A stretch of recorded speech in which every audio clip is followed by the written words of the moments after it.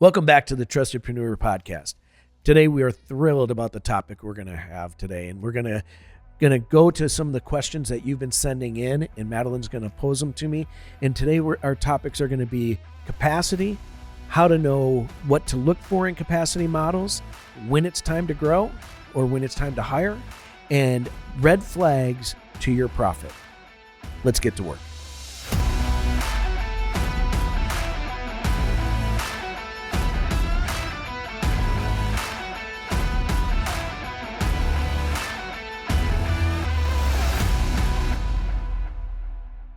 Hi, David. How are you today? I am doing wonderfully well. Okay, good. I'm excited again to get on that, where today we are going to address profit and capacity models. Yikes. Yeah, I know. That's where everybody's thinking, because our audience do enjoy some of these questions answered, and they submitted them. So we're going to talk about them. So All the right. very first one, you ready for it? I don't know, because I don't know the question. So we talk about building based on capacity, not fantasies oftentimes, right? And that's what a lot of people do. They build on fantasy. How do you recommend business owners to calculate true delivery capacity before they scale? That is a phenomenal question. And Well, thank you. I'm going to change one word. Oh, of course. Always. It's how do you build a capacity model to grow? Okay. Let's talk about that. A little depends on product, service.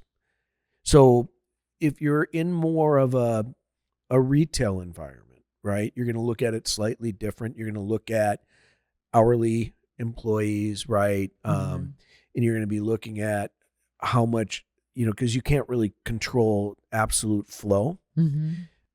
But the simplest way for me is when I'm doing modeling and capacity is if you're offering a service and you're using equipment, the first thing you have to understand is what is the maximum capacity the equipment can handle. Mm. Then you need to figure out a capacity of how many employees do I need to manage to the capacity. Mm-hmm. Okay. So it gets into a little bit of a couple of things, right?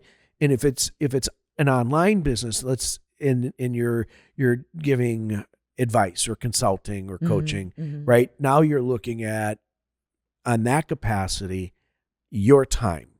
Mm-hmm.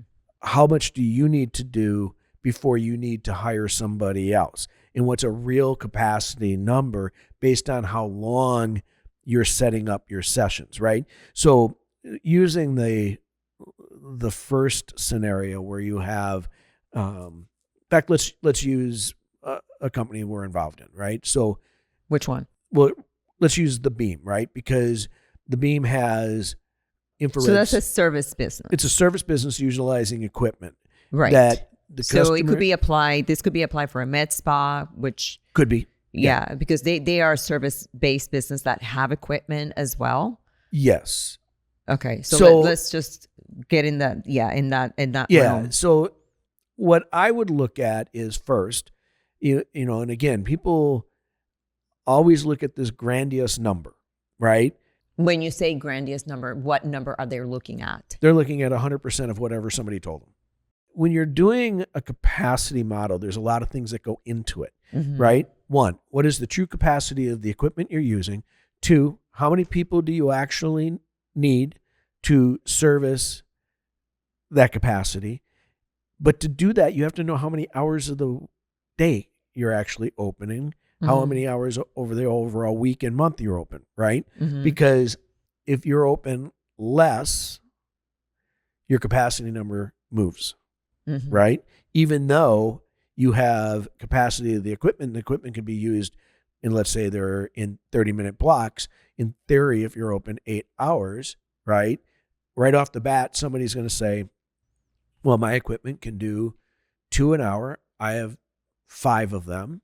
That's 10 an hour. I should be able to handle 80 clients.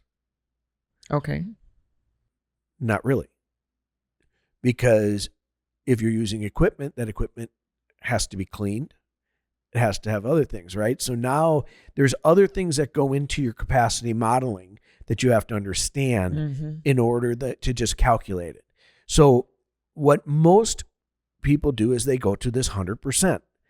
Well, I should have 80. Well, no, because if it takes 15 minutes after each session to clean whatever piece of equipment it is, you've just eaten up 15 minutes. Now you only really have, you have a 45-minute window.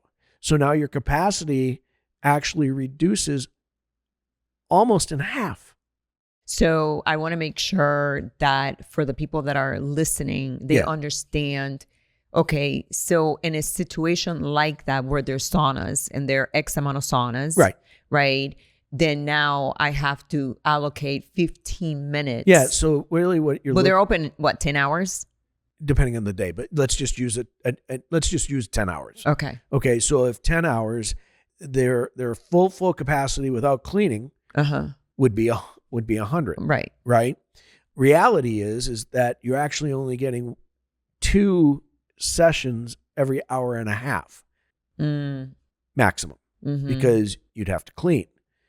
Right. So right off the bat, you're reducing it. So now you're actually at 4 every 3 hours. Right. Simple math times with 1 unit. Right. You're not where you seemingly are. You're at a much smaller number. So if you have 6 pieces of equipment, right, and you are doing how many people you said? 5, 4 in how many hours? In 3. 4 in 3 hours. 4 what? 4 sessions can be done in 3 hours. Okay, so and there are 5 pieces of equipment. Yeah, 6. I'm sorry. Yeah, so you're going to use 6, so that's 4. So that would be 24 every 3 hours. Simple math. Let's just use times 3 because that would get you to 9 hours. So 24 times 3 would actually be 72. 72. So you went from 100 at full capacity to really 72. Now, kind of replay into this a little bit of, now you start understanding a little bit of why capacity matters, right? Because now if you're building your model based on 100% capacity, which is now 72, right? In this case. Is that a real number? It's a much closer number than 100%. Well, but now your 100% is actually 72. Right. So it's not 100. It's not 100 units or whatever that one was. It's now 72 units. The question is can you keep that where you're every day you're having 72 clients every day? So that's the magic number. That's euphoric. Yeah. Right? Yeah, wow. That means that is 100% capacity.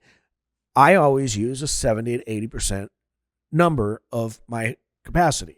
So in my case, simple math, I would reduce that down to about 56 would be my daily capacity. That's what I want to build my model on. I want to do 56 plus. You can do more. That's the great thing is you have the capacity to do it. I see what you're doing. But now I'm building the model, right? See, the capacity only helps you if you now take that and say, all right, I want to do 56 of these a day, 56 of these times 5, 6, whatever that is, right? So let's just use, times 6, right? So that's about 300 total in a week. All right, if I'm doing 56 a day, now I have to back into that and say I'm open all these hours, but number of hours open doesn't change employee capacity, right? Because all you're doing is you're plugging in a new employee if they're over 8 hours, right? Or if they're working part-time, you're just adding it. But you're really saying, how many people do I need to manage to that flow? Now, the good thing is you already know that you have more capacity. So if you have a spike, you can handle it. But your economic model is built off of something more tangible and more real, right? And see, I think that a lot of times what people do is they start building their model based on a euphoric number. I don't build models based off of euphoria. I build models based off of reality, even if I'm swagging what reality is. Right. Because now my numbers add, right? So when I do that, and I did that I'll bring the story up because it's a funny one, but when we first started BNN and you kept asking me, how many people, when can I hire somebody? When can I hire somebody? And I said, well, we have to achieve X number of units because we believe that each full-time employee can handle this many transactions. Mm-hmm. If that held true, which we actually know because we were able to do more, but that 350 transactions was a real number. And it's interesting because when you're dealing with headcount on that, there's a formula that people use as well. And it's how much in revenue is each full-time employee worth, right? Because that is, again, remember, when you look at revenue, but revenue is tied to transactions, right? So not all businesses are the same. So I don't want to give what that revenue number should be because in some industries it's 300,000, in some industries a year in revenues, in some industries it should be 500,000, right? Depending on what your price tag and all that is. But you have to understand your capacity of everything because you can't model real expenses. You can't model real revenue or target revenue and understand what your business is going to look like, because if you don't achieve and you build everything based on the 100% capacity, you're going to end up on some shape, form, or fashion. You're building with a loss coming because you're going to have expense lines that are too heavy. That's so good. And this actually segue. It's a good segue to our next question, which is about breaking even points and red flags. Yeah. So how would a founder evaluate those breaking points and red flags that are screaming in front of their eyes, but they're so engrossed in the euphoric moment of the business? Yeah, it's a great question. And break even is real simple, right? Okay. You Simple for who? Well, it's a simple thing, right? You have to know what all your expense lines are.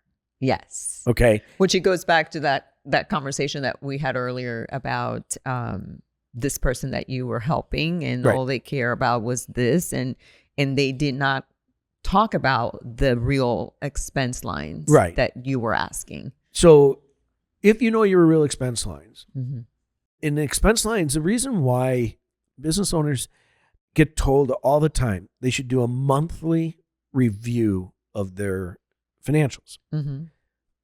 I fully concur with that.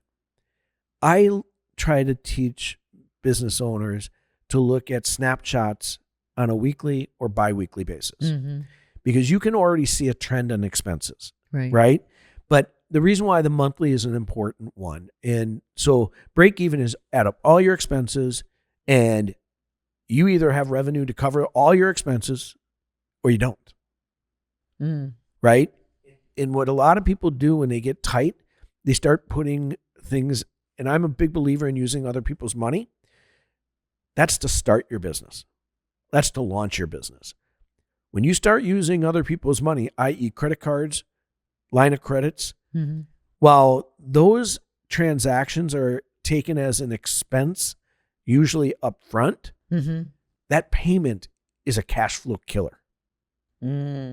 Tell me more about that. So what most people don't understand is like, okay, when you're building your business, you take out a loan. You know, maybe you go through the SBA, maybe you go to the local bank, maybe you use some other form. Again, we're talking about brick and mortar, right? Because we want to make the distinction, because online businesses, they don't always, unless you're going for a big brand.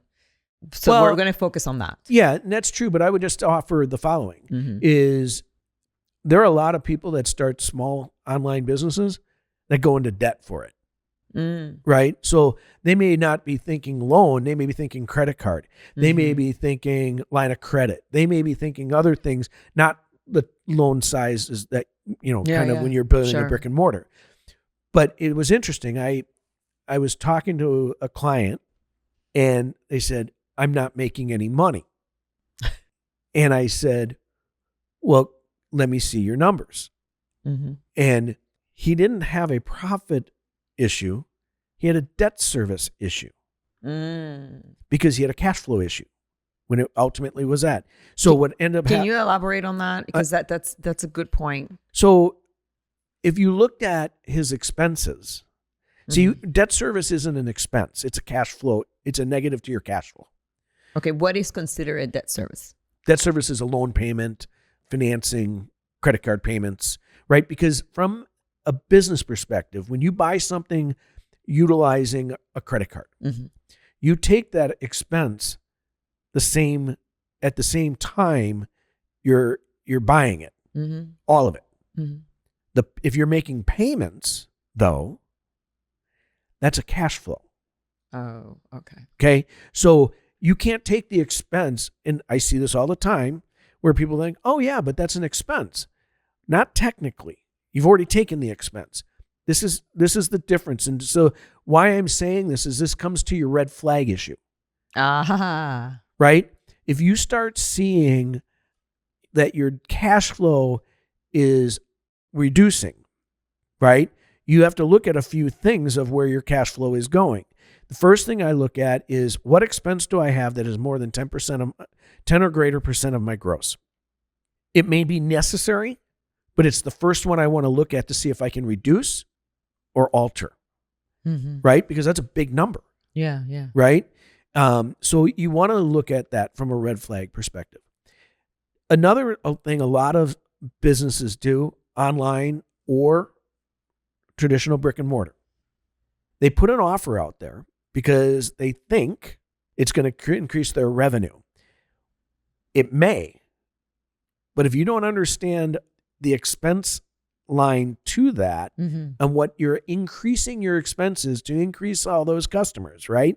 So if suddenly you bring in, more transactions, but you have to hire more people to do it, and those transactions aren't covering the expense to offer it, truly, you have an offer that's not making money. And I see it a lot of times when you have these companies, they go out there, it's great for an intro offer to give it away a little bit, but ultimately you have to make sure your offers make sense and they're profitable on their own. So a lot of times when people are looking at their financials, they look at their top line, they're not paying attention to the expenses that go to every channel of business, right? I think the other thing that I would tell you as a red flag is if you're not evaluating in your marketing and what channels are working and what channels are really not working. I see so many people say, well, I market and I'm marketing to everybody, and I'm on TikTok, I'm on Instagram, I'm on Facebook, I'm on LinkedIn, I'm all these places, right? And then I'll look at it and say, okay, what's the conversion rate? How many leads are you getting? Does it make sense? Is your lead, each line of marketing in each channel of marketing has to be evaluated on a consistent basis, because you may be bringing in leads from a channel and you might be thinking, oh, that's great. But unless the value of that lead is greater than how much you're paying, it's a loss. Interesting right? So the next thing I look at is what's my churn, right? Because if you're running off customers, you have another issue, whether it's online or if it's brick and mortar. If you're losing customers, there's a reason, right? Right. And now if you're losing customers, you're losing sales. If you're losing sales, but you didn't offset your loss on sales by reducing your expense lines, again, you have a double loss, right? You're losing revenue, and you're even losing more because you haven't altered your expenses. That make sense? Yes, it does. For me, it does. There's a lot of red flags that if you just look at a financial report on a snapshot basis, you will see things, and you will see that calculating your real customer acquisition by channel, right, is important, as well as, and this one popped in and out of my head real quick, and I got to bring it back. But that's why I always look at that, is that you have to look at where you're getting your business from and does it make sense, because you want to double down on the ones that are working for you, and you want to eliminate things that aren't. That's some real bold truth out there that most people can't even comprehend. What they do is they don't take the time. And it is because it's simple to put most most business owners are using some form of QuickBooks or something similar. Yes. You go in, you set up your report. You can be built by percentages. You can factor it in. You can do month over months. You can do years over years. It's not that they don't have access to the data. It's that they choose not to look at the data because sometimes data tells us stories that we don't want to believe. That's so true. That is so true. But then again, data is your North Star, right? That is what the compass, what tells you how the health of your company. I am lucky enough to have you to do that. Honestly, it would be something that would be a task for me. Right. And it would be a heavy lift. And that's not what I want to be doing. And that typically is what happens with a lot of owners. You have a lot of visionaries that they have a lot of ideas and then they big picture and they don't want to deal with the part that is the most important at times, so you have to either hire somebody that's really good. I am lucky enough to have you. Well, and even I have somebody. I have a CPA. Right. I have people. And then I will also tell you, and this is not promoting me in any shape, form, or fashion or any other coaches. If you're dealing with real business consultants and strategists, they can look at that in about 15 minutes and they'll be able to see a hole. Yeah. And that's kind of what I like to do is look at it and listen, at a snapshot, you're not going to know all the details. But what you do know is if you're looking at the snapshot, you find where to dig deeper. Right. And this goes back, actually, it's funny because you're very good at this and you maybe not in the financial aspect of it, but it's like in anything else. Are you telling me that I'm not good in the financial No, aspect? I didn't say that, honey. Okay. I said, that's not what you enjoy. No, I don't. And sometimes if you don't enjoy something, you really shouldn't do it because you're not going to look at it with the intent. Right. But what you want to do is drill deeper. Like when we find issues within service levels, right? There's a reason for it. Yeah. Now you pick at that and you go deeper, right? What's really happening? Right. And that I love. Yes, you do that very well. Yes. Sometimes I don't like the outcome, but yeah. but that's when I think people have to remember people have more access to people that can help them. You have to do a good job vetting them. But listen, I mean, if our numbers are upside down, it doesn't take long for a business to go belly up. And that's why it's so important. And so the red flags are really key, right? Because if you don't have any, you're probably not looking. There's always a red flag to be seen. In a red if you're flag, looking. What? If you're looking. And here's the thing. It might not be on the surface a real red flag because you're like, hey, we're making money. We're doing this. Could I make more? What could I use those dollars for differently? And could it grow my business? Right. Thank you so much for all of that. Definitely lots to think about, even from this conversation. For me, the capacity takeaway was a big one because I do sometimes go in with the idea of 100%, and then you kind of broke it down into 3 phases, really. So it's the 100% that you go in, right? The euphoric kind of miracle stretch number that would be ideal if we can get there, and then the real number. Right. And that is so important to understand. And the red flags we choose to ignore a lot because we don't want to see what we know we should be looking at. Yeah. And so that's kind of cool. Well, thank you so much again. We will see you on the next episode, you guys. If you love this episode and share it with anybody that you would like and you can benefit from, do us that favor, please. And until next time, let's get to work. See you next time.